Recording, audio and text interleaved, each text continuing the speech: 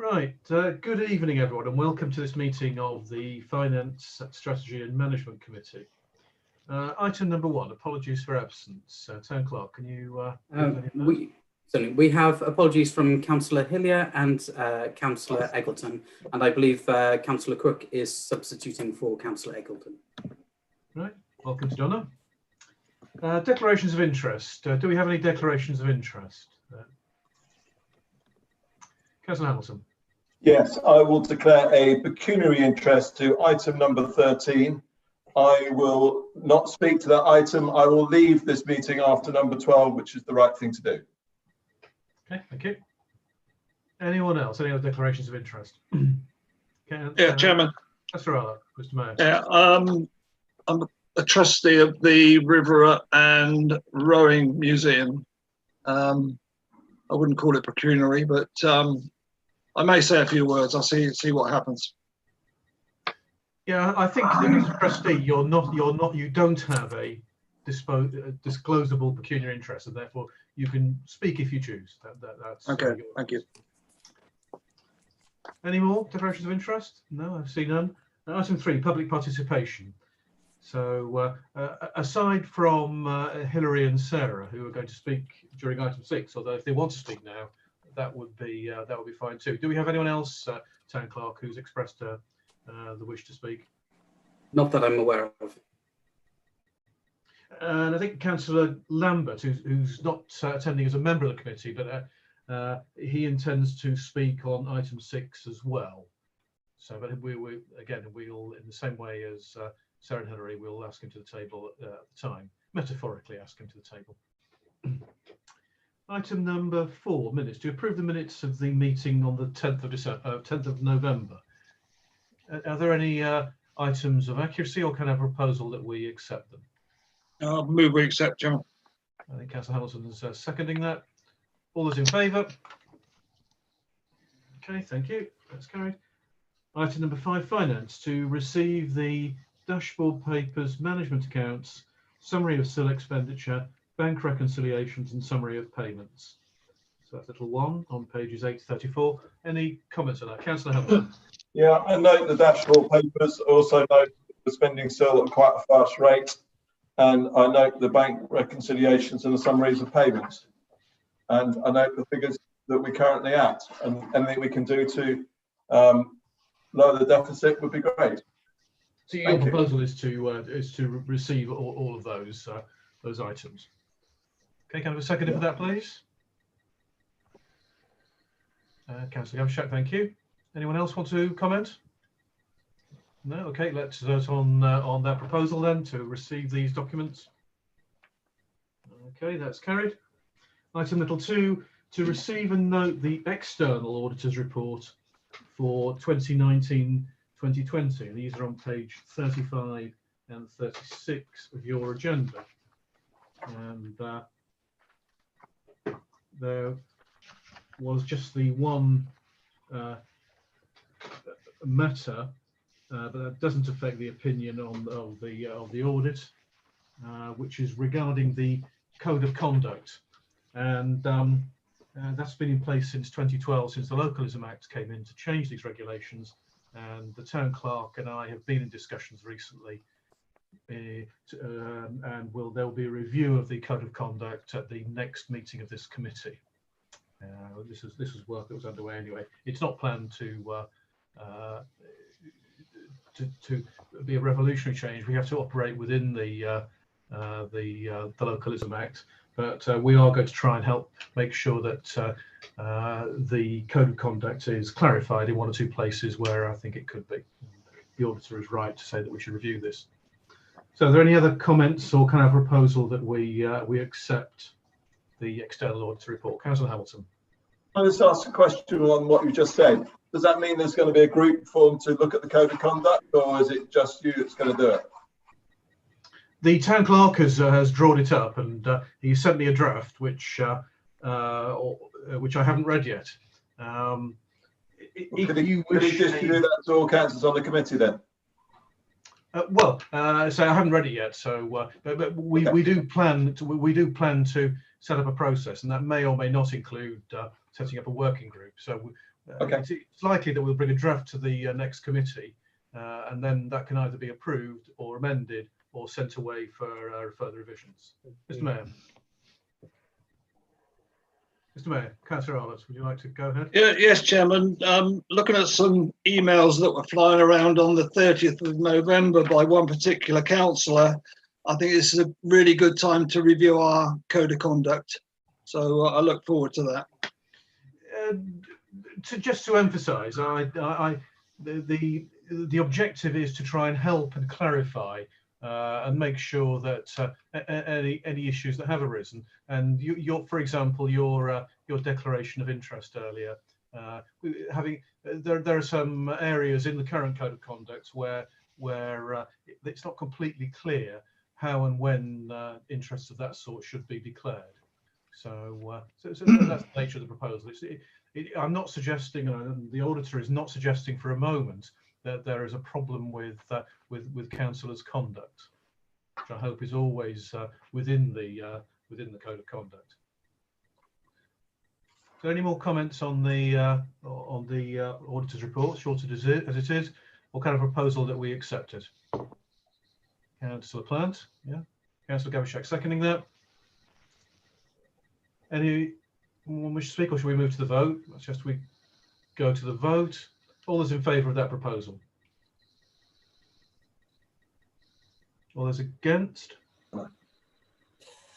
Was that against, Councillor Hamilton? You waved your hand there. I didn't No, see. I voted in favour. Okay, right, thanks. Right, just trying to be clear.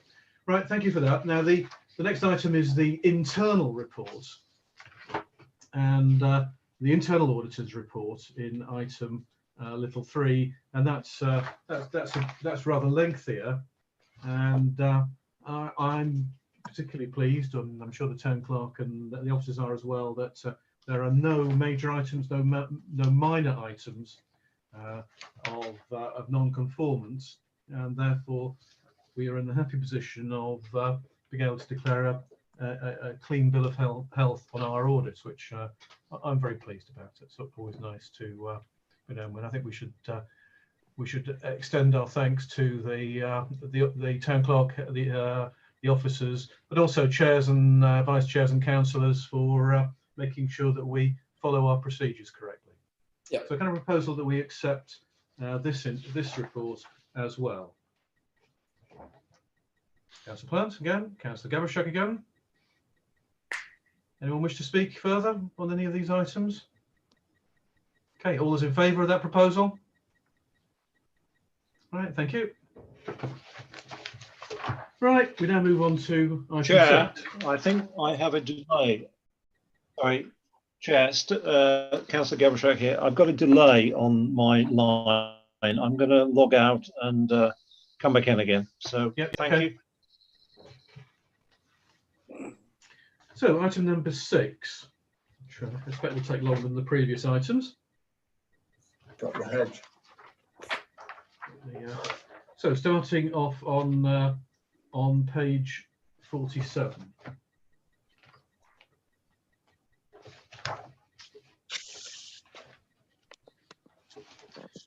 So we have a report here and a recommendation. But the main point of interest is the table up at the top, which summarises the applications that we've received, the history of grants that we've awarded, these larger grants, and I suggest we take these one at a time. I'm going to and that we discuss each of them, and then we go through them on a second pass, in which we make a decision on a recommendation or a resolution. Councillor Plant. I was just going to question, our goal though is, if I'm correct, to aim for the 40k as budgeted in the 2021-22 budget. So we're looking at that figure to start with. So the column on the right, obviously, in the table is roughly what we're looking at, I assume, just can change proportion to different charities, etc. But the 40,000 is what we're targeting. Well, remember that budget figure and the awards that we're making are for the next financial year. So we'll be coming on to a budget item later in this agenda. But for now, that figure of 40,000 is what's been assigned notionally by the accountant in the budget for next year. And we can, of course, go on to change that figure in our later item, and full council itself may choose to amend our recommendation. So that figure is an advisory one based on the amount we did last year, or very nearly the amount we did last year. So it's not a figure that we should regard as fixed in any way, but it's a clear pointer about the amount we should be considering awarding, bearing, of course, various facts in mind, such as the fact that we'll still be suffering from the effects of the COVID recession in the next financial year, for example. Before we start, can I just before I'll come to you in a moment, Councillor Hamilton. I would like just to clarify this figure of 40,000, and one of these items is for free use. This is the Henley Literary Festival application, and I'd like the town clerk, who's very kindly offered, to explain this item in a bit more detail and how it figures in the 40,000. It explains it in 3.3. It is indeed explained in 3.3, but it may need further clarification. I will try to be brief though. So broadly speaking, up until this year, for an organisation wishing to hire our facilities but apply for free use, they would have to wait until the issue could be debated at a committee and potentially referred to full council before they could make that booking. So it could take them up to 12 weeks to make a booking. And then we also had various grant policies. We had a smaller grant policy, a larger grant policy, a free use policy, and a free use for festivals policy. We've now reduced that down to one policy to make it simpler. The result of that is, instead of offering free use, apart from on a very limited criteria, instead, any organisation is able to make a booking there and then simply apply for a grant to offset those costs. And that is what is the case in with the Henley Literary Festival. So the £12,504 is the actual amount that we would charge them on our going rate were they to hire our facilities for their events. It is the net effect on the council is basically it is cost neutral in that respect, in that whatever money is given as a grant will automatically go into income for the town hall or other facilities. So it isn't, so there's no net expenditure. There are costs associated in the fact that it does require some staff time, caretaker time, setting up rooms and so forth, and there will be a certain amount of loss of income, but that is a slightly separate issue to this. So in practice, it is no different from the situation that we've had, at least for the past few years, with the Henley Literary Festival, whereby they have been given free use of our facilities. So this is a different way of doing it, but the effect is exactly the same. It looks like a very large number, £12,504. It's a number that I know that the festival were rather uneasy about, and the reason for that is that we don't have a kind of a block booking discount. We don't have a day rate. We do things by the hour, and the problem with that is that it then if somebody's then booking for a very long time, it leads to some quite extraordinary figures. This really needs to be reviewed so that we can get rates in place for a weekend rate, day rate, a week-long rate, so that we can hire it out on terms which are competitive with similar venues around town, whether or not it's Phyllis Court or Christchurch Centre, for example.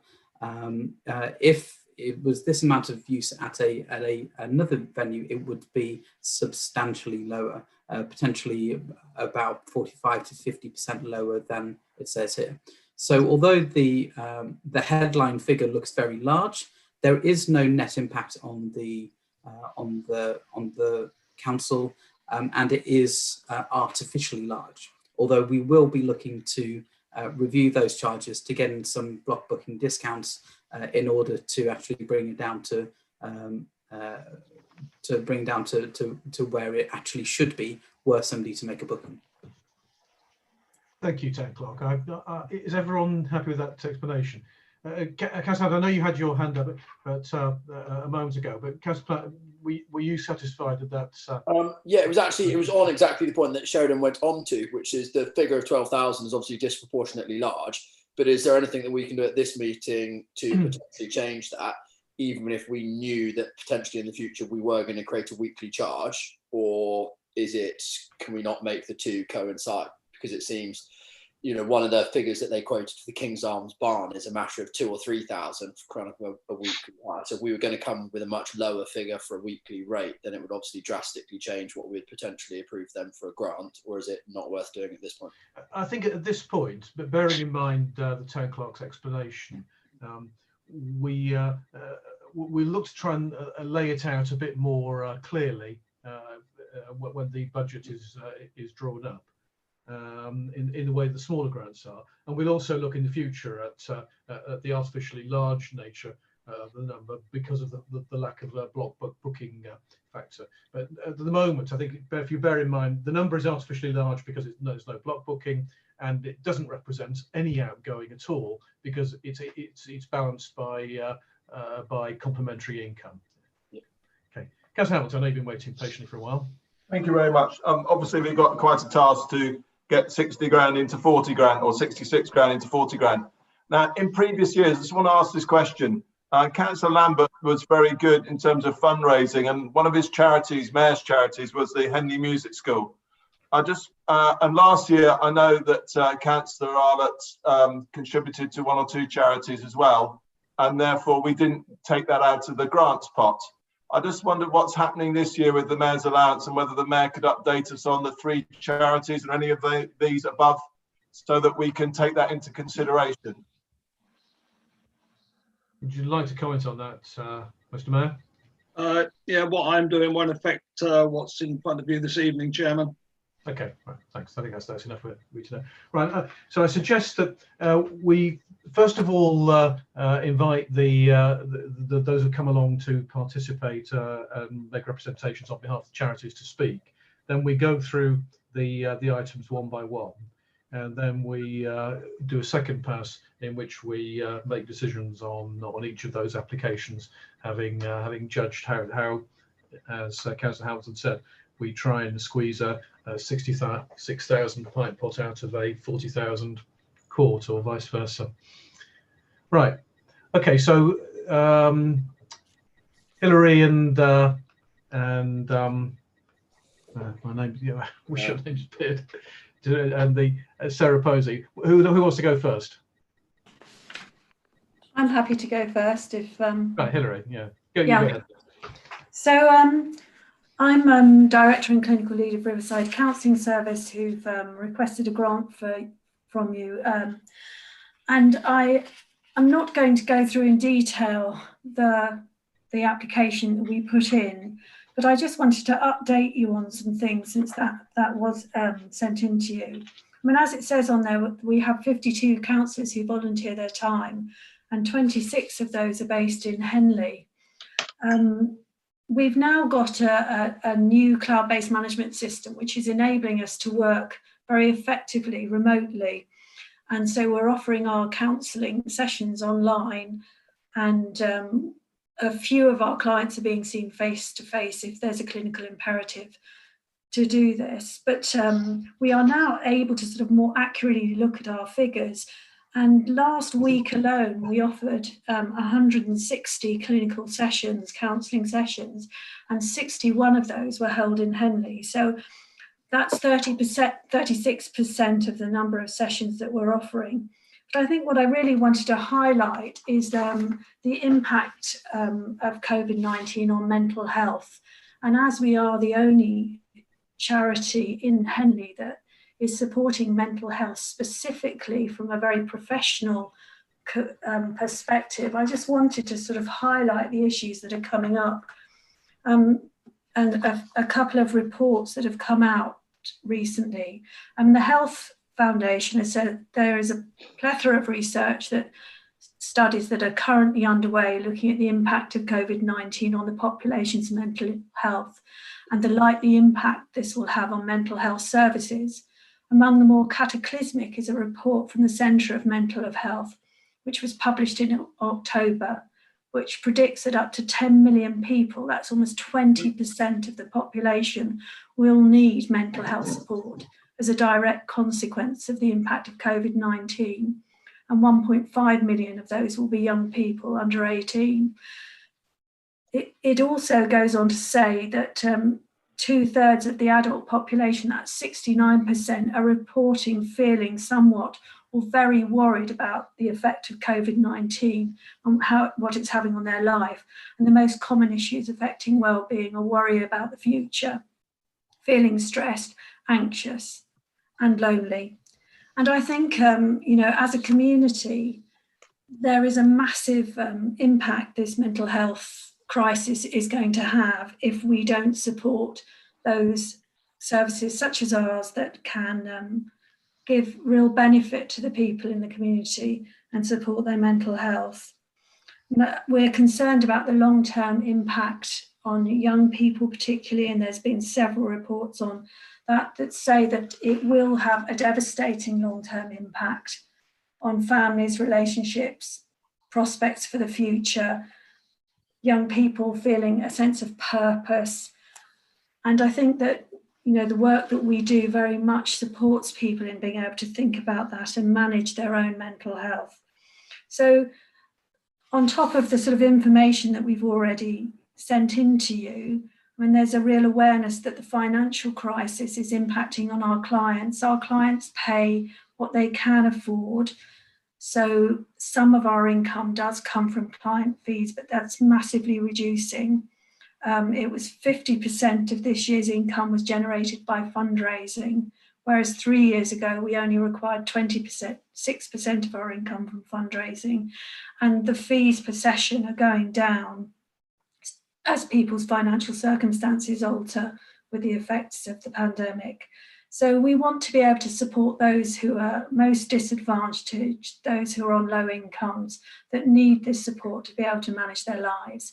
And we would be very grateful for the support that you can offer Riverside to be able to maintain this in the community.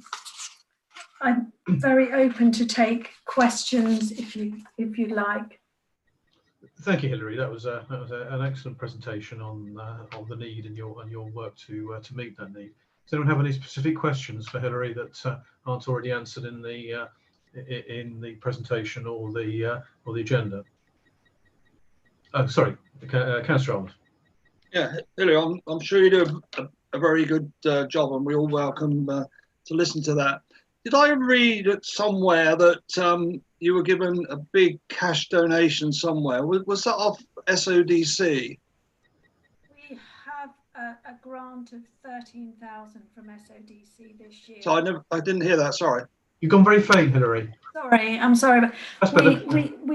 we've got an extended grant this year from SOD for 13,000. Where we did get a large grant was from Oxford Community Foundation, and that was to set up our cloud-based management system and to enable us to become a digital service during the crisis as well. So all that funding was specifically focused on the digital upgrade, which is in the report that was sent to you. I mean, it does require us to have ongoing that costs from that, but it does mean that as a service we can function more effectively. But we do have to fund the ongoing costs ourselves. The grant was just for the setup costs. Okay, thank you. Any other specific questions? Councillor Plan.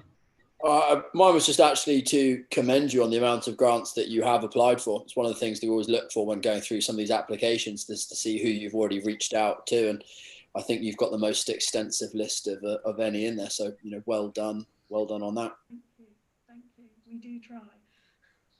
Okay, thank you. Sarah, would you like to go ahead now? Chair, Sorry, Councillor Governshak? sorry. Yes, sorry, I'm still having a delay. Can you hear me? Yes, we can hear you fine. Right. Okay. Yes, it was just a question to Hilary. You mentioned that 30% of the sessions cover Henley.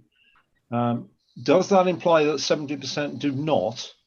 And therefore, are you reaching out to other towns or areas of South Oxfordshire for funding going forward, as well as Henley Town Council?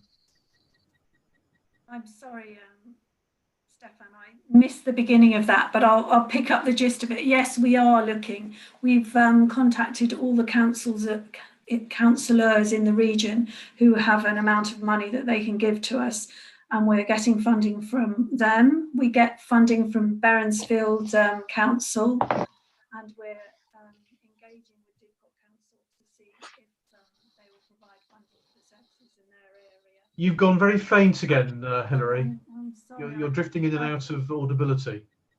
I'm sorry. I don't know why that is. I did have the IT people look at my sound. It's just on Zoom I have this problem, so I'm sorry. I mean, we are seeking funds from other councils. I mean, we do get them from councillors individually and also from Berensfield, and we're engaged with Didcot for them. But 36% of our client base is still in Henley. So, I mean, as I said, it was 61 out of 160 clients seen last week alone, which are Henley based. And our costs, you can see from our application, are high. Yes, that number of people helped is both sort of uplifting but shocking that many in our town each week are in need of help. Yeah, no, absolutely. And the complexity of the client problem is increasing all the time. Okay, right. Thank you, Hilary. Thank you. Sarah, sorry, you have to hit the site full stop. Would you like to go ahead now, please? Thank you very much, Councillor Reisman. I just wanted to start with a thank you and to say how hugely grateful the museum is for the council's support and in recognition of our role in Henley. I see the many applications that you're looking at today and the budgets you have to work with, and realise the hard choices you make. I'm not going to run through our application. I just wanted to pick out 4 key points really to emphasise. The first is that our position is unique and economically valuable to the town. We're Henley's museum and the town's only year-round cultural and arts venue. We draw visitors to the town who are local, national and international all year round. And we contribute to the visitor economy and create jobs and work for Henley's suppliers and services, including stocking local products in the shop and now working with the Chocolate Cafe. And in January, we'll be working on welcoming our 2 millionth visitor to the museum. And it's a milestone we're very proud of. That's in our 22 years and really demonstrates, I think, the value of the work that we do.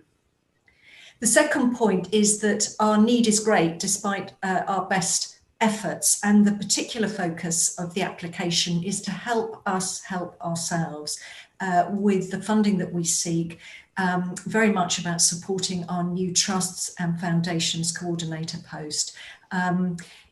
Getting trusts and foundation support is absolutely the bread and butter of ensuring we've got the funds to operate, as we've just seen from the previous speaker. We are an independent charity and in receipt of no consistent public funding, in contrast to many other independent museums. Over the last 18 months, we've taken a number of steps to build our income, including introducing a new ticketing scheme the summer before last, launching a new Friends scheme, developing an updated fundraising strategy, introducing car parking charges when we reopened to the public in August. But we have further to go to become more financially sustainable. And of course, this year has been incredibly difficult, as for many other museums and arts organisations and others across the country, with a projected 50% reduction in our income, because we rely on commercial income for 65% of our funds. So that's admissions, retail, catering, venue hire, events. We have, over this period of COVID, cut back on our budget, including a restructure earlier in the summer. But that's been a huge loss of income to us, around £360,000. But the benefits we bring are substantial, and I mentioned the 2 million visitors. Our community is at the heart of what we do and enshrined in our forward plan.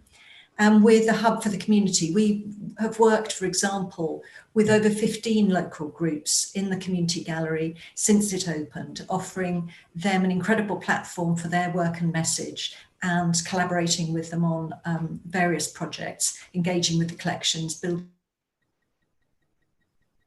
We also bring internationally significant art to Henley through our galleries and temporary exhibitions, and provide numerous volunteering roles which offer skills development, work-based experience and social and giving opportunities.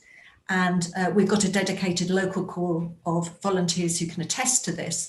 And we're doing a big push on volunteer recruitment. So my thanks to many of you who may be watching on YouTube, if you are volunteering with us or are planning to do so in the near future.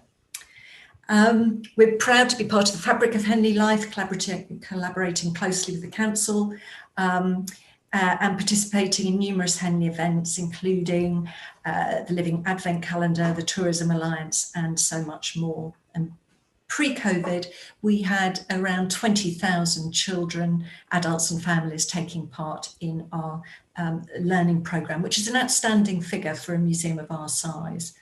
And we have continued to support local communities from home, even while we've been closed to the public during COVID, providing free online resources for families, supporting fun activities, craft activities, and also a sense of escape through stories from the collections. And in fact, since we've reopened in October, for example, we're reaching 47% of the visitor numbers that we had in October, the same time last year, which I think demonstrates how far the public has appreciated our safety measures and the offer that we have.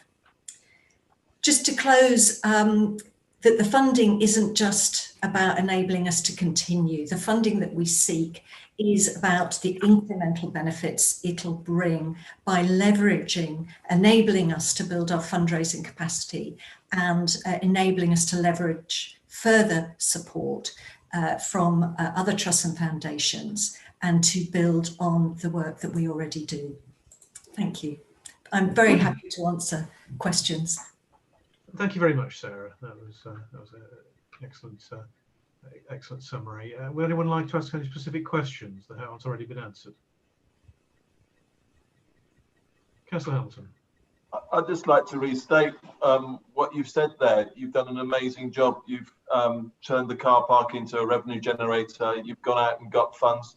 I think you are the fabric of Henley. I think you're doing a fantastic job. So I'd just like to thank you for all the work you're doing, and having the museum open now after lockdown. I think it's giving a lot of people an escape to go somewhere and and enjoy the river and enjoy what is a most fantastic museum for Henley.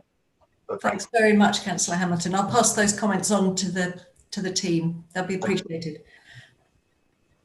Okay, no more questions. Right, so lastly of the representatives, Councillor Lambert, you're going to speak on the Bluebells application, I think. Would you like to go ahead? And thank you, Councillor Reisman.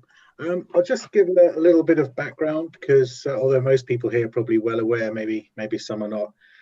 Bluebells is a day centre for dementia sufferers in Henley and the surrounding areas, and it's based at the Christchurch Centre. In addition to the games and entertainment, social interaction provided to our guests, we also provide much needed respite to those who care for them, be they family members or full-time carers. Historically, Henley Town Council has awarded grants to cover room rent to support Bluebells when it was run by Age UK. When Age UK closed Bluebells, part of the awarded grant was reallocated to the Memory Cafe, which is also based at the Christchurch Centre and provides a related service, but it isn't the full day centre respite service that Bluebells provides. The rest of that grant money was actually reallocated by this committee to Bluebells to help cover the costs incurred as the group was re-established as an independent charity. And thanks to the support of Henley Town Council, the Henley Lions, the Henley Handy Bus, Bluebells was relaunched in April 2019. Shortly after that, we expanded to provide the same 2 days per week service that Age UK were providing before they closed down. And we also rehired 2 of the original staff who are still there today, which is really nice. And they were very, very happy to come back. Bluebells is still operating at the moment, but COVID-19 issues have reduced our numbers and we do foresee some challenging times ahead. For this reason, we would like to apply to the committee for a grant from Henley Town Council to cover our room rent for the next 3 years to help secure Bluebells well into the future. I have submitted an application. It is currently missing our first year annual accounts, but we should be able to provide those very shortly. I'm happy to take any questions anybody might have. Thank you. Councillor Oz. Yeah, could I just ask one question, Councillor Lambert? Obviously, since March, nothing's really happened, unless I'm wrong. Have you been using the facilities down there since March down at Christchurch? We have. Could I finish? Oh, sorry, yeah. And basically, if not, have you had to use any of the grant money from Henley Town Council over the previous, 7 or 8 months?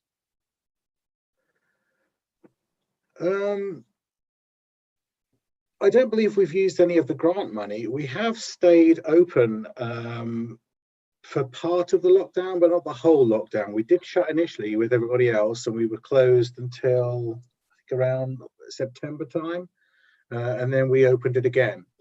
We were still paying some rent to the Christchurch Centre because we still had all our equipment here. So you could say that that was coming from previous grant money.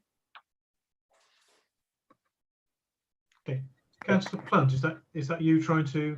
2 questions, if possible. Yeah. Number 1, how long is the session? A session runs from 10 AM in the morning until about 3:30 in the afternoon. Okay, that's better. That's better value from the Christchurch Centre than I imagined. Then when I looked at £90, it's like I hope that's quite a long time. They have a special rate for charities. Okay, awesome. And then number 2, are you guys intending on applying for any other grants? Because I noted that in the details of any other grants applied for, it says not currently. We haven't applied for any other grants currently. We don't have any plans to, only this one. I mean, that obviously may change as opportunities come up, but at the moment, no plans to. Awesome. Thank you. Okay, well, thanks to Councillor Lambert and all the trustees in re-establishing this service, which I think a lot of us were very sorry to see under threat a couple of years ago. So our thanks to all of those who managed to successfully restart it. Okay, so now I suggest we go through the do our first pass through the items from top to bottom. Riverside Counselling. Who would like to start to talk about Riverside Counselling? Councillor Hamilton. Sorry, I've got to get to the right page. The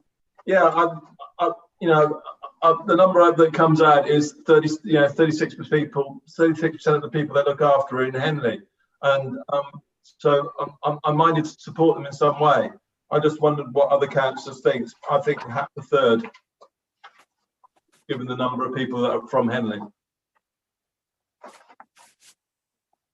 Yes, Plan. We do some work with them. They use our rooms at work. It's the least we could do as a business to support them. Mental health, I think, as we all agree, is incredibly important. We did go for 5,000 at last award. That was where I was nudging towards again. I know that, Hillary stated that, a third of them come from Henley, but we are talking Henley and the surrounding areas, as it were, parishes, villages, etc. Yeah. If you look at the extensive list of grants that they've already looked to get, they are working hard to provide the services that they do and move with the times, going entirely cloud-based. So I massively applaud them for being so proactive. They have high costs, as you can see in the sheet, a high turnover, and very little profit left at the end of it, or next to none, as it were. So, I would be minded for at least half of that if there was the general support to go with it. Retaining the current level of funding seemed a reasonable suggestion to me as a starting point. Yeah. Yes. I disagree with that. Sorry, Chair. I'm on my mobile phone because for some reason my internet's broken. Are you hearing me? We can see and hear you fine. Fine. Okay. We'll carry on like this then. Yes. And I would be nudging towards the same as we've given in the past, which is the 5K amount. Thank you. Anyone else on Riverside Counselling? Councillor Miller. Yeah, I'm in agreement with Councillor Plant and Gavashak. I think 5,000 is a fair amount. I mean, they do a lot for Henley, but we've got a lot of grants. We've got a lot of great charities in Henley that we want to help, and I'd be happy to propose 5,000. Yeah, we're not making proposals in this pass. We'll do it in the second pass. But I take your point that that's the amount that you think is sensible to support. Okay, should we move on to Family Centre grant? So just to remind you, we start the D2 people took over the Sure Start Centre when the County Council closed it 3 or 4 years ago, and we were originally awarded 10,000, and that's down to 2,500 for last year. But they've asked for an increase back to 5,000, and I think that's explained in the total. Who would like to speak to that?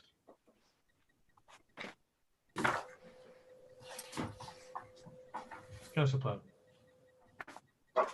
I personally myself haven't had any need to use it, but I have a lot of clients who do. A lot of young families. My sister used it with my niece and nephew, etc. It does provide a fantastic facility. Obviously, the last grant was reducing, as it were, as you stated, from the initial amount.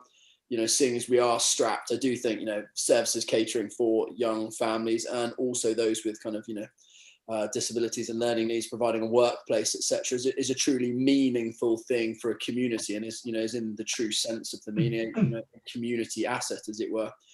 If we're thinking that we are obviously trying to squeeze blood from a stone from the almost 70,000 applied for, I think we should try and get close to 5, whether that figure is say 3 or 4. I think it's a fantastic service. We'd be happy to go for 3, depending on what other councillors are thinking. Councillor Miller. Yeah, I've always rated this. I think this service is great. I think my kids have been down there a couple of Mondays as well. It benefits so many people, so many kids. I would be inclined to go with the full 5 for this. I think it's a great Henley facility. That would be my feeling as well. I think the loss of the Sure Start services sort of up and down the country over the last 10 years has been a very sad loss to the to our children and the who are the future, and anything we can do to keep this one open to as large an extent as we can is a good thing. Councillor Hinton, are you trying to speak by waving your pen? Yeah, I was, sorry.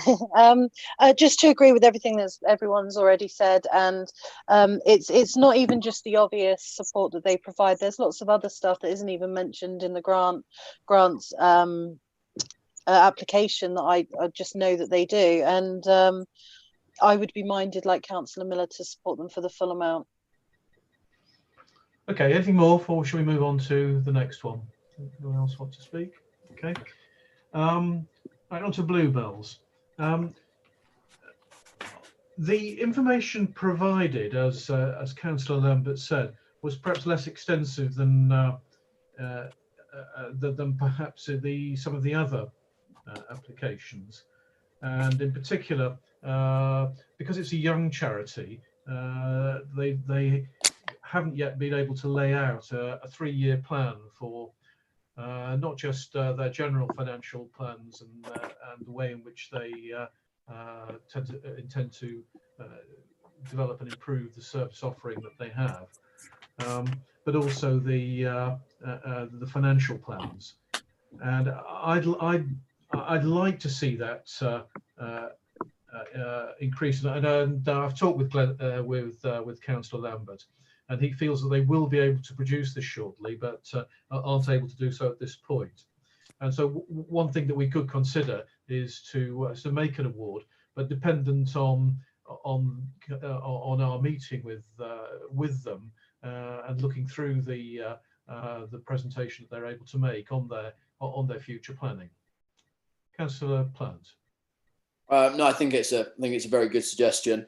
And I would also, obviously, I know I mentioned it in the question directly to Councillor Lambert, but I'd like to see them going for some other grants and funding, at the same time. It's always nice to see these local charities and foundations trying to spread the net as far as possible to some of the larger national organisations and grants available. And I think that would be part, or ought to be part of their 3-year financial plan, which that they could then share with us. Councillor Hamilton. Yeah, I totally agree as well. It'd be great to. I'm minded to defer this and let them come back when they've applied for some other monies elsewhere. And also, the one thing we will want to see is the first year of accounts once they've, process them, as it were, because I think that will give us a clearer picture as how we can help them going forward. Anyone else like to comment?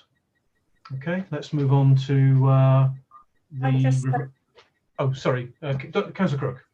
Yeah, being as an ex-carer and everything, and because when I had to look after my dad, my dad didn't go there, but it was an option. But to just have that option to go there, to send my dad there for respite was really great, because they also cut.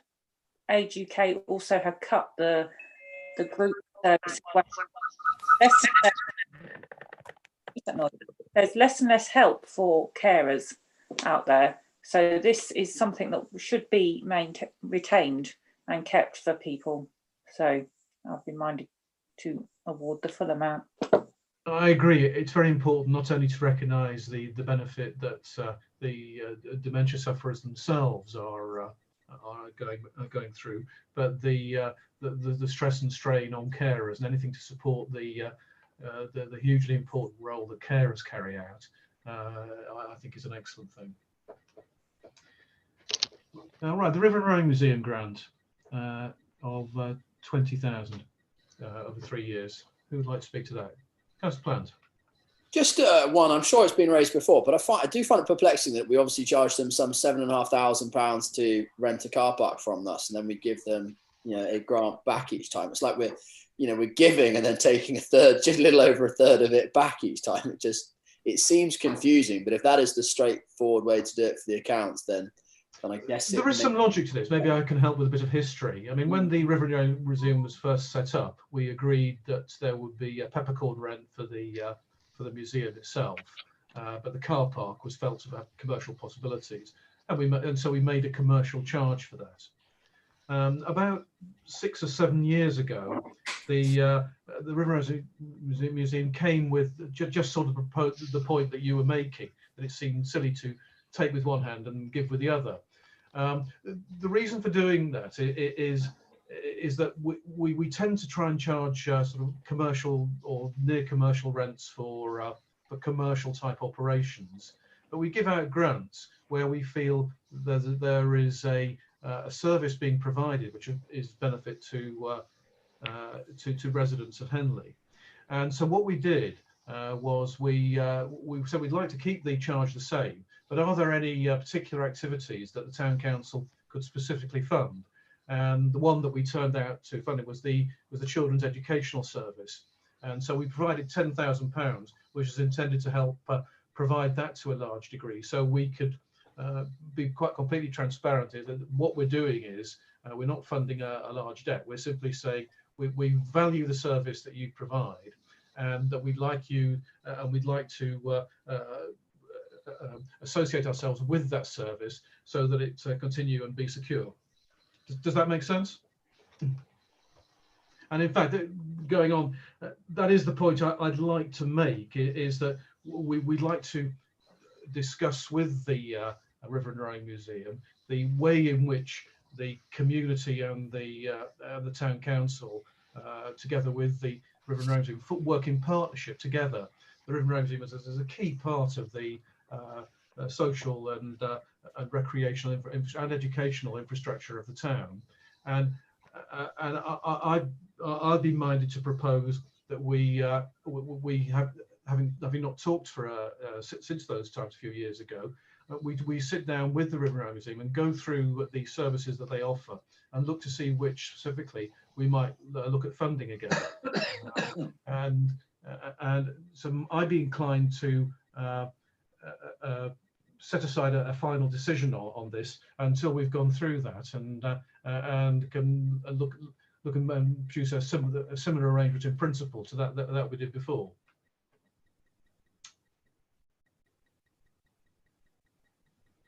Does anyone want to comment on that? Yes. Councillor Gaveshock. Yes, I'm in agreement with that kind of mechanism.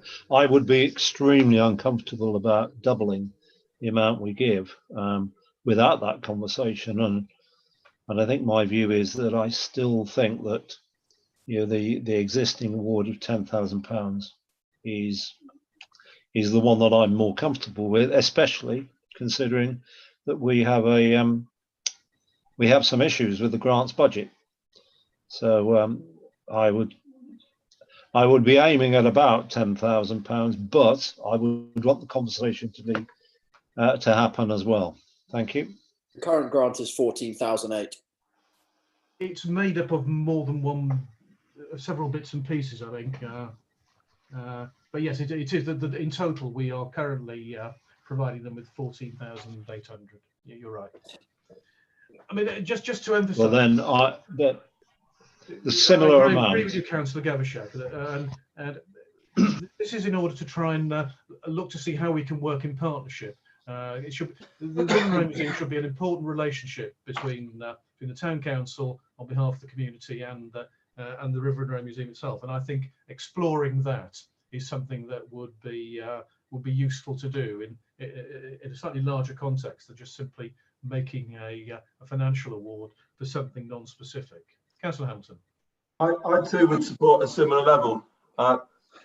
Really, from you, Chair, can we talk about a similar level and then have a meeting thereafter, or put a minimum in, or? Well, we can. What I was going to suggest we did was that where we might want to make a specific award, we do that, and it comes out of the budgeted amount.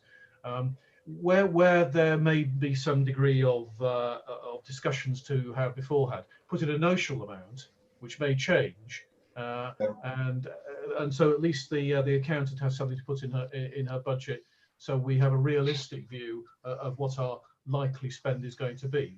That's fine. Yeah. Notional amount, fine. Any other comments on the River and Rowing Museum application?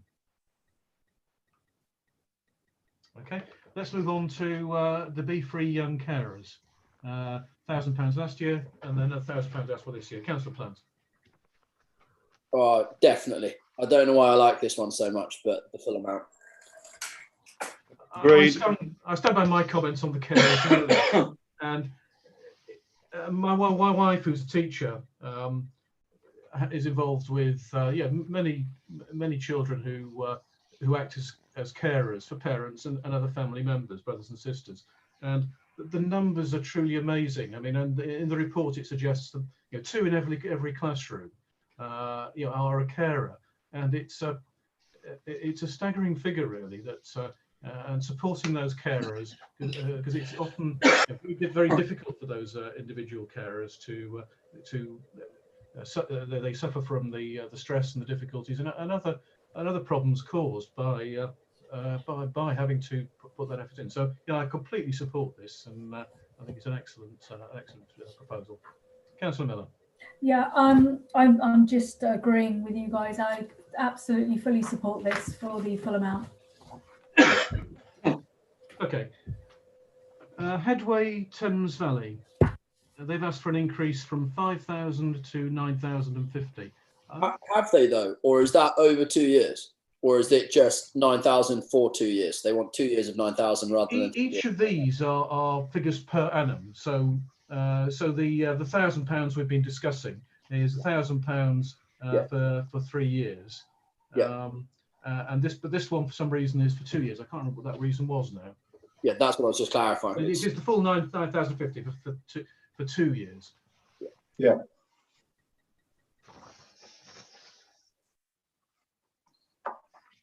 I'm going to suggest that we stay at more or less where the level we're at currently. Our budget is stressed, and I didn't see a compelling reason to increase it. Valuable a charity, and that Headway is, and it does provide for local people. But I think continuing at 5,000 is the sort of number I'd be sympathetic towards. Councillor Hamilton. I too would support that. They do fantastic work, but if we can just keep them going at the same level, I think that's great. Councillor Miller. Yeah, sorry, I'm repeating everyone here, but they are a vital charity and they do amazing work. I would be happy to keep going with the 5,000. Okay, anyone else? Shall we move on to Henley Music School? So there's no grant been provided for this year. I'll go for that one. And as I understand it, they're continuing to do well since they were established 3 or 4 years ago, I think. Good. Lastly, the Literary Festival. No brainer, really. Given that this doesn't come out of the 40,000 and is to some extent notional, and that it's what we've done in the past, my inclination would be to award it for 1 year. But then once the post-COVID year has been gone through, we look at we review the way in which we provide free use and charge for it. So we're not necessarily saying that we're not going to support them, but we just defer the consideration of years 2 and 3 pending our rethinking on the way free use is funded and presented. I've got 2 hands up. Councillor Hinton. And then you, Councillor Gaveshak.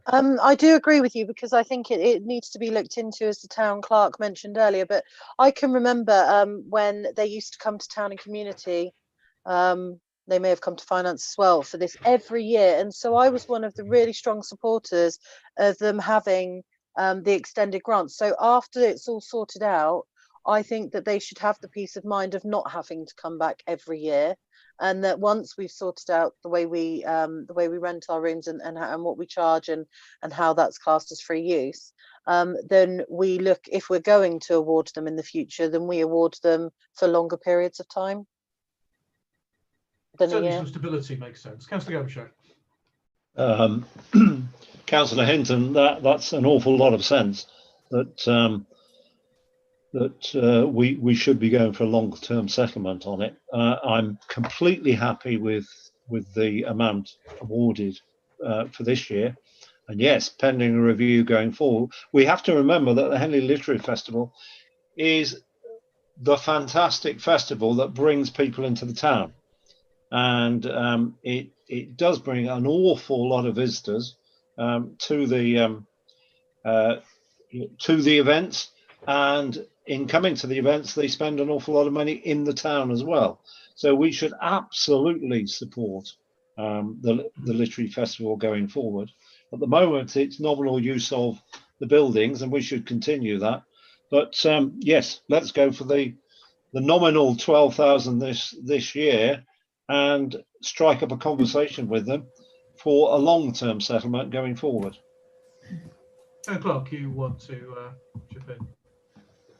If the committee were looking for some kind of wording to allow for a longer term settlement at this meeting, then it could be along the lines of awarding the amount requested for this year, and then at an equivalent rate for years 2 and 3, depending on what the room hire charges are at that point.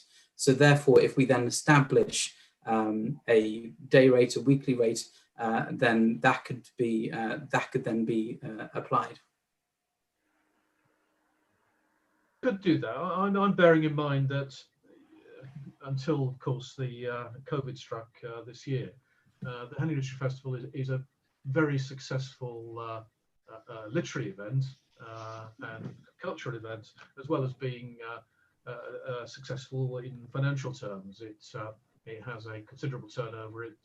It breaks even, and I think its commercial success is likely to continue. So I'd like to see how it does this year. Review the course of this coming year, the nature and the amount of the contribution based on the way in which we want to look at free use and bookings of our buildings which are of this nature, which are less common than short-term bookings. Councillor Hinton, you had your hand up. Yes, sorry, I know I've already spoken on this one, but I feel that it should also be pointed out that the Literary Festival don't have to use Henley Town Council buildings, and it actually causes them some difficulty to use some of our rooms, because with obviously the flooring that has to be done in the Queen Elizabeth Hall, for example. So I feel that they do it because it's Henley Literary Festival, and so it makes sense to include these places. But actually, really, it adds complications. It's not plain sailing for them at all, and they do spend money on the flooring and other things to make it work. I think that the Town Council and the Henley Literary Festival are excellent partners, and we should continue to explore the ways in which we can work together in a way that benefits everyone. And there's no suggestion that we don't do that. And so it's a long time since we've had a discussion, or I can remember having a discussion with them. So maybe now's the time, or perhaps once they've assessed the success of this year's, the 2021 festival, we can. Which will be in about a bit under a year's time, we can assess the nature of that relationship and how to make best advantage. Okay, so are we going to do the rowing clubs separately or part of this? I meant to ask you, as the accountant and town clerk, why the rowing club was separate. I'd forgotten to do that. Bigger grant. The rowing club grant. It's a one-off. Well, is it a one-off?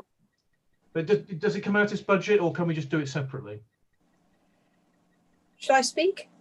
Yes, please do. Yeah, Liz, I think you're Yeah, sorry. There is at the moment in our budget, there is no figure for this amount.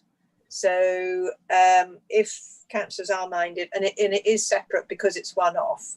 So the schedule that you've got in the report with all the figures in is all annual, although the headway one is only for 2 years, but all the rest are for 3 years. So that's why it's separate, is that it's only for 1 year and it's for one specific item. So it's to get their kitchen in order, I think, so that they can, do hiring and use the clubhouse in different ways. So that's why it's separate, and any grant that is awarded will result in a larger deficit. Yeah. Okay. So let's consider that separately once we've done these ones in this item. Okay. So we're now going to go through these and make a proposal for each of them in turn. So Riverside Counselling. There was a feeling that about the same again was right. Someone like to make a proposal? Councillor Plant, you've moved on my screen. I think on discussing it, if I was right, we'd discuss half or continuing on at £5,000. If I'd get a seconder for that, I'd be happy to propose it. I'll second that. Yeah, that seems to carry a lot of support. Okay, all those in favour of 5,000? Okay, that's carried. Have you got your calculator out, Liz, for keeping a tally? Yes, I thought you might have. I've got it. Okay, family centre grant. 5,000 applied for, 2,500 was the previous year. Councillor Plant. 5,000. Seconded. Yep, okay. I will second that. Yeah. Anyone wish to speak? All those in favour of that proposal? All right, that's carried. Bluebell's dementia sessions. As I suggested earlier, I'd like to propose that we provisionally put in the full amount, but agree to meet with them to discuss their longer term financial planning and service plans. So that's my proposal. Seconder for that? Yeah. Councillor Crook, are you seconding or? Yeah. A nod? Yeah. Okay, anyone want to speak to that? Yes, just a quick comment. It's really important. Sorry, my internet broke when Glenn was talking, so I only heard a bit of what he said. Any organisation in Henley that provides respite care to carers has got to be supported. So therefore, you're quite right to award the full amount, pending a conversation with Glenn and the trustees, of course, of the Bluebell Centre about their long-term funding arrangements going forward. But any carers must be supported because it just provides a day's respite for the carer and also for the customer as well. So it's really important that we do that. Just to be clear, the basis of my proposal is very much on the presumption that a good case will be made and that the award will be granted. I've got every confidence in the Bluebells organisation providing us with what we'd like to see. But I think the discussion would be useful. They're a young charity and they are very important. Any more comments on this proposal? All's in favour? All right, that's carried. Young River and Row Museum grant. Sorry, Councillor Hamilton. I propose we put in the notional amount as we discussed and then have a meeting with them thereafter. So that's a continuation of the 14,800. The 14,800, yes. But that we meet up to discuss how we work together. Yeah, in terms of the partnership, in terms of potentially sharing staff or whatever it might be. Okay, fine. Councillor Plant. Make it 15 because it's a much cleaner number. 49. That would help Liz with her accounting. Yeah. This is a whiz with the calculator. She can do anything. 15,000 makes sense to me. Yeah. Let's do a round number. Councillor Gavishak. 15,000 then. Were you trying to speak, Councillor Gavishak? Yeah, it was really just a clarification. Sorry, because I was trying to keep up. So it's 15,000 each year for 3 years. Correct. It is. That's a notional amount that we're putting in for now, pending discussions with the River and Row Museum over the next month or two. Okay, thank you. Councillor Miller, were you? I'm just up for a second here. I'm seconding. Okay, yeah. Anyone else want to speak to this? All those in favour of that proposal? Okay. Headway for 2 years. We must be free young carers. Oh, sorry, I missed the young carers. But that's just, I'm happy to propose that. I think this one will be one of the easiest ones of the night. Yeah. Let's just all vote. Council Plans seconded my proposal. All those in favour? Thank you. And Headway now. Headway 2 years, applied for 9,050, currently 5,000. Councillor Plant. General mood seems to be 5, if everyone's happy with that. Yeah, Yeah, Yep. I'm happy to second that. I'll second that. All those in favour of that proposal? Thank you. Headway Music School, no award. And Literary Festival,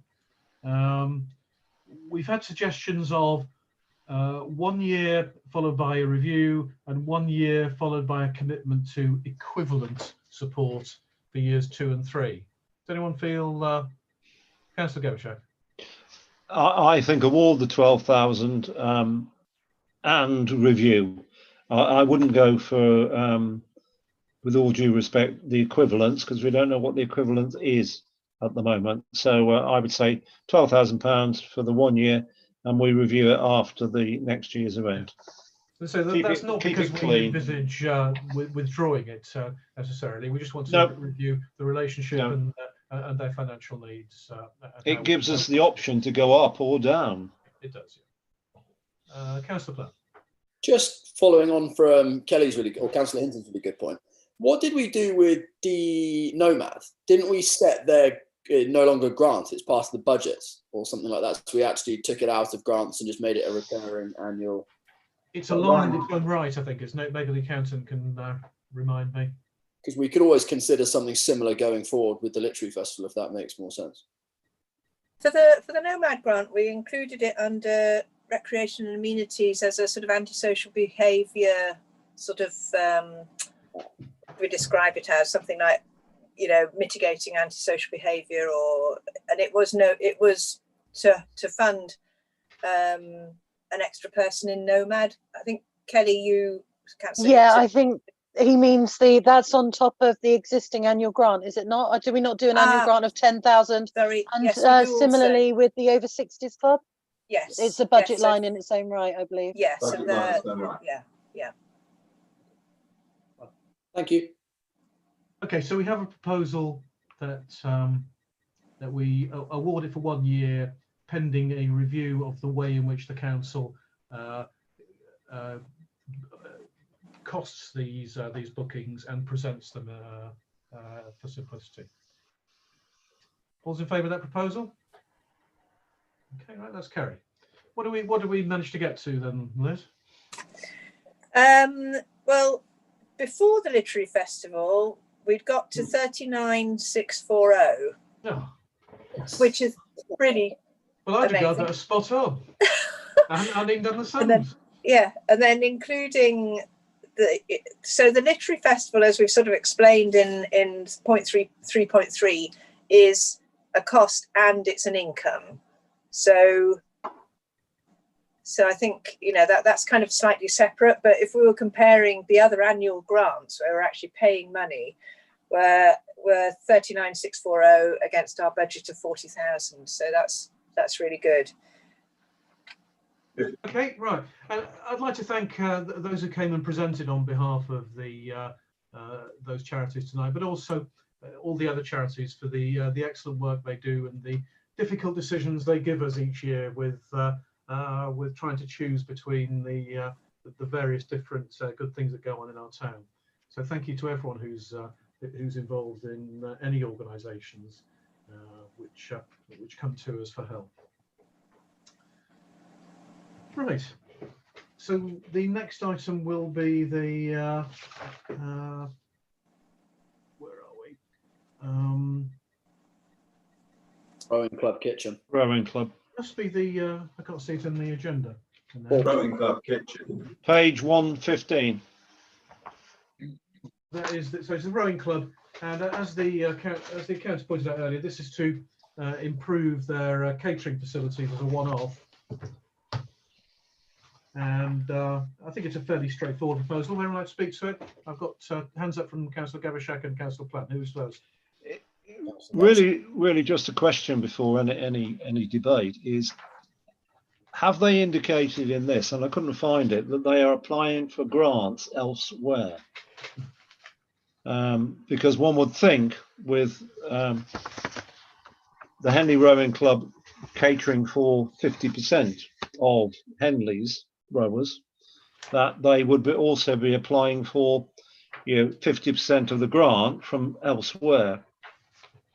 So my first question is there anything in here saying that they're applying for £6,000 from other organisations?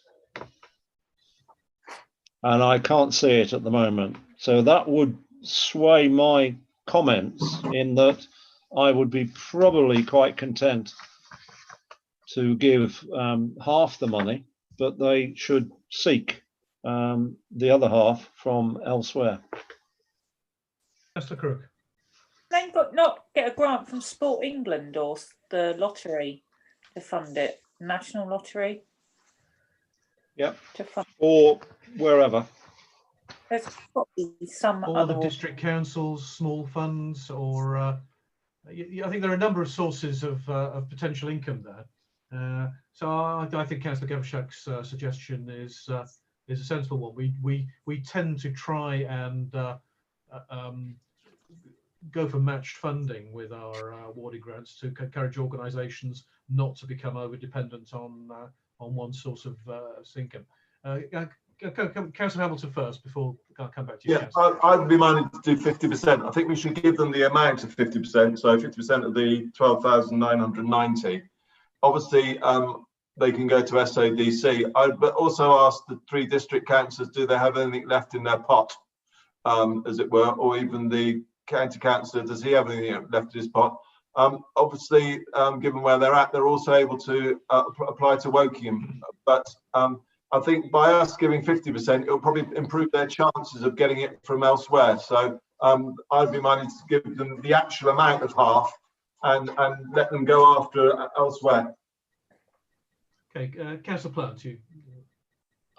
Overall, very much in support of what they're trying to do, but just following up on Stefan's point, if you go through their, their budget, they don't have any other income from any sort of funding sources or grants, nor have they done any of their own fundraising events, and nor they've even written in the comments none anticipated, which does seem like a staggering comment when you're trying to raise money to provide something like a kitchen.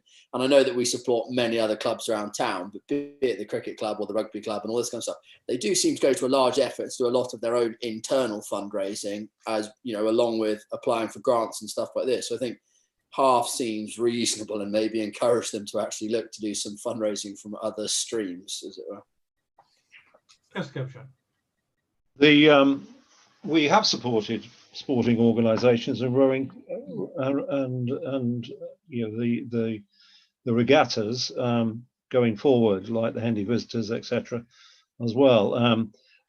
Just to make Liz's job even more difficult, half of the amount is 6,495.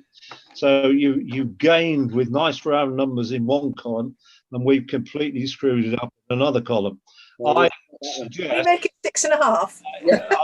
I was going to suggest, can I propose 6,500 to make it a nice round figure, and that means that they can apply to district councillors, they can apply to county councillors, and they can apply to Wokingham and other organisations as well. So roughly half the amount, £6,500 from me. I'll second that. Sounds like there'll be broad acceptance of that. All those in favour of that proposal? Okay, that's carried. Right, thank you. Moving on now to expenditure. The clerk's training. I'm going to suggest to the town clerk that to avoid any indication of undue influence, he absents himself for a few minutes while we discuss this. Can we make jokes on the urgent need for training now, or when he leaves? Do that. Kath, I've made you host. Would you be able to put me in the waiting room? Could I just say before the town clerk goes, after the seminar we had the other evening, I will be supporting this.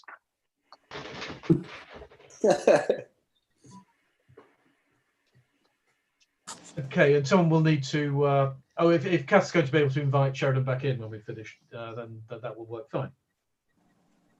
Okay. What page is it on? I'm lost. Sorry. I'm trying to find it. 153.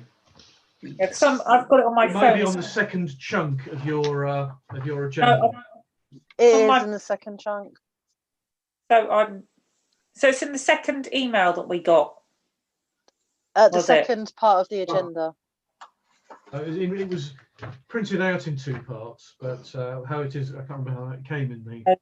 It's page 150. Sorry, can I ask again? Kath, would you be able to put me in the waiting room? Oh, sorry. Thank you. Sorry, I'm trying to find it on my phone. Crumbs. It's so small print. Sorry. Only magnifying glass. Okay, well, he's gone. So, what page? 150. 153 and 154. 152. Really difficult looking on my phone trying to read it. Right. So we're talking about £5,888 worth of training in total, leading to the level 6 honours degree. Right, Councillor Plant, I'm not sure who was first. Councillor Hamilton, who was up? Who had the hand up first? I think Lawrence beat me to it. Go on then, Councillor Plant, go ahead. I just think it's a great idea. You know, I think we go with 4.1 and we recommend resolve the recommendation as stated.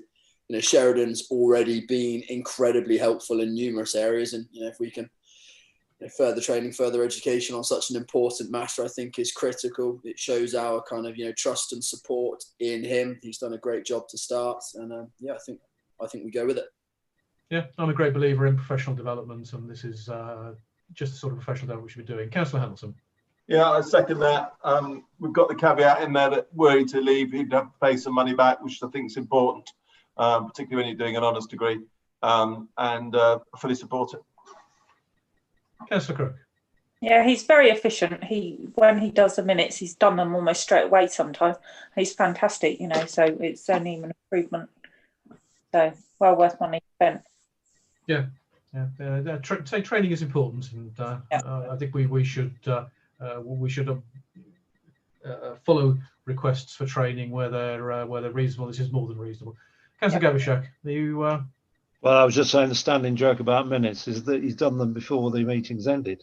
So literally in the case of the last finance minutes. Yep. They arrived for approval as a draft just before the meeting ended. Anyway, so we have a proposal. All those in favour of 4.1? Kelly's got her hand up. Oh, sorry, Kelly. No, I just wanted to agree with what everyone else had said, really. And also, I think we've really felt in just over it, I think it's a year and 3 months that Sheridan's been with us, that we've really benefited from his previous training before he got to us and since he's been with us. And this can take him even further. I believe we should already be getting our training in-house as it is ourselves. With this, maybe we'll nab him as our trainer as well. Yep. Okay, all those in favour of that proposal? It's carried. Okay. Also invite or bring Sheridan back in, Kath.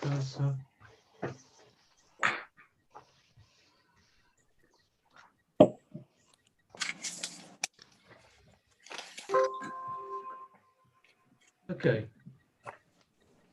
We proposed 4.1 and it was voted through, Sheridan, for your interest. Thank you very much. It's very much appreciated. Yeah, well, I thank you very much to the council for your ongoing support. It's very much appreciated. And just a very, very quick update. I've got the results of my final exams for this or final coursework for this for the end of the course. And I have got the distinction for the course, just to update you. Yeah, well done. Congratulations. You get the highest overall. I won't know that until I think about February time, I think. Well, huge congratulations. Yep. Item number 8, 2021-22 budget. This is in its sort of final stages now. We have a budget here which we will be recommending as from this meeting to full council on January the 5th for final approval. That's the timetable as laid out. Are there any changes, Liz, since you sent this out that you want to include, or can we treat it as final? Well, there'll be the 6,500 for the rowing club to come off, or to add to the deficit, as it were. And also we are, I think it's now been fully approved that the Red Lion Lawn, there will be additional income for the Red Lion Lawn and moorings combined. So it had been 6 in the budget, and I think it's going up to 10. Okay. You're welcome. Just to point out that the staff salaries do still assume a 2.75% increase, but that is, going through all the hoops and circles and things of, going to the unions and whatnot. So we won't know the final. We may not know that even until this time next year, to be perfectly honest. But anyway, it has gone on that sort of length of time. But it has, yes. They only decided this last year in September, so it might come in less. It might come in more. It won't be more, I don't think. But well, I'd be very surprised if it did. Right. So I'd like to propose from the chair that we recommend, as in 4.1, the attached revenue and capital budgets for approval. I'll go a second for that, Councillor Gabishak. Anyone want to speak to that?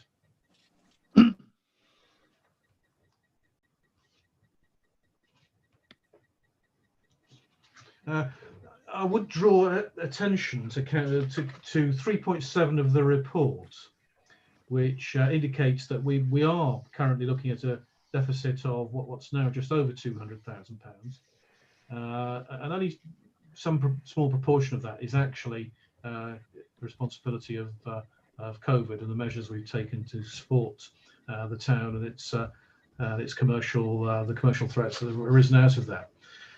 There remains some. We should be looking, as in 3.7 says, to reduce that deficit. It is too high. Whether or not we can actually reach zero in 2 years' time remains to be seen. And of course, we are still there's still various uncertainties around that. However, some income will be returned to us, as the COVID pandemic, we hopefully move on from that. There may be other income that we can get from, say, the putting green, if that project goes ahead. There's a detailed spending review which the town clerk and his officers are going to carry out, and that will take place in the new year. And rather more vaguely in the wording here, there may be some property transactions which will improve the town council's capital position, but also its revenue position. So while the deficit is regrettably large, it does represent more positively an investment in these services, an investment in the town that this town council needs to be able to carry out at any time, but particularly at this time. Councillor Gabishak.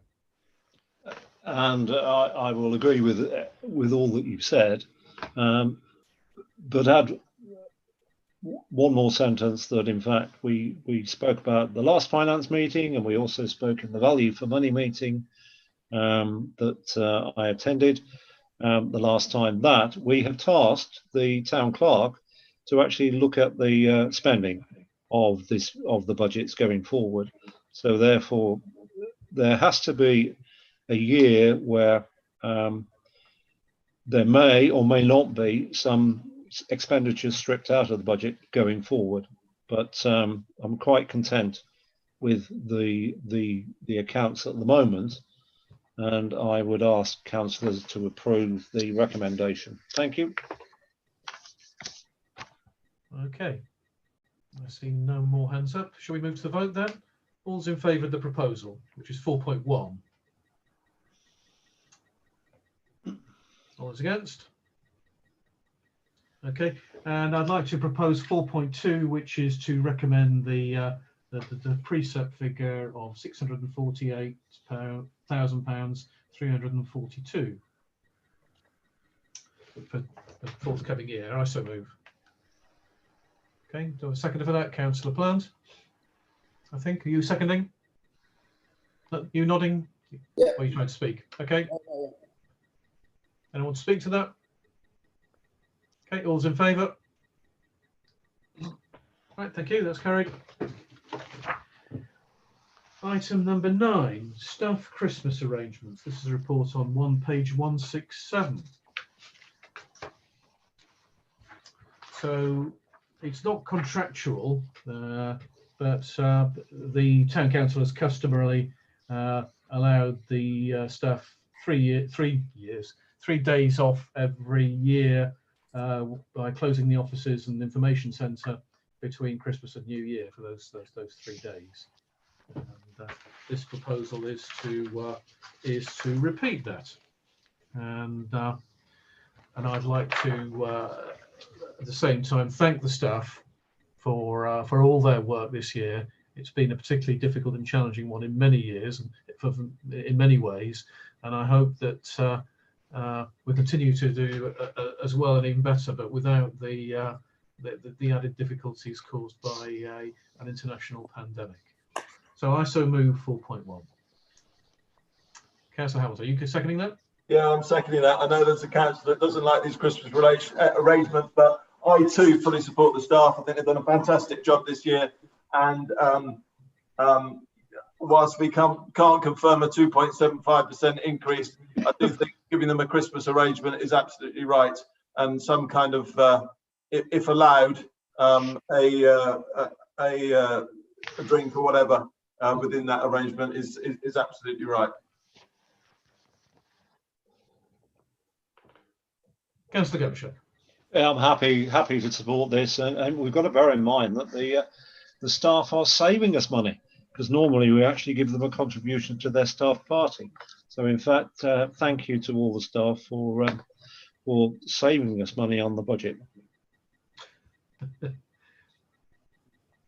Can I speak? Sorry, where have you gone? I've lost Councillor. Yeah, so actually I was really surprised not to see an amount on there just because they can't meet. We normally do both.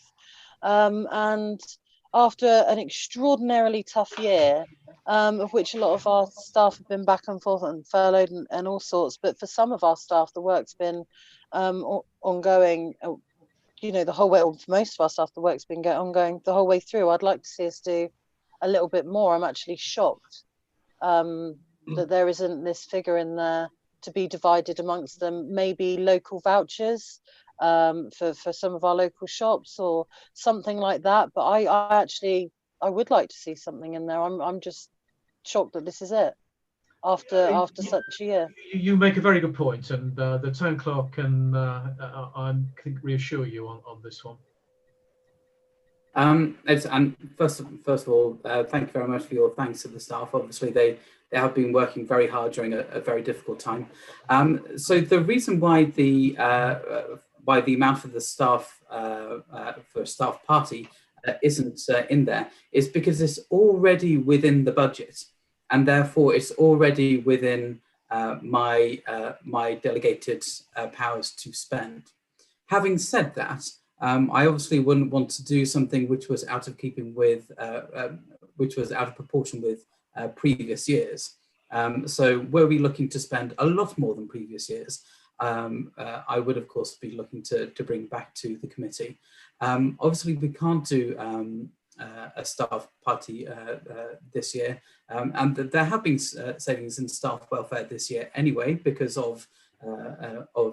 people haven't been in the office, and therefore tea, coffee supplies, that sort of thing have been lower. So there have been savings in that way. We are looking to use those funds in a different way to provide a small thank you to staff, which would also be supporting local businesses. But obviously, for any staff watching this, I wouldn't want to tell you what that is. Thank you. That was great. Thanks It for will that. be a token of gratitude and thanks for the, it's completely appropriate to the, to all the staff and yeah, for all their work throughout the year. Right, did we vote on that? I can't remember now. Okay, well, let's both vote. Let's vote again. All those in favour of 4.1 as proposed. And thank you. That concludes, I think, that I can find it, the public part of the meeting. So I'd now like to move to item 10, which is the exclusion of public and press, which is to consider that the public and press be excluded from the remainder of the meeting in accordance with the Public Bodies Admissions to Meeting Act 1960, as publicity will be prejudicial to the public interest by reason of the confidential nature of the business. Do I have a seconder for that? Okay, all those in favour?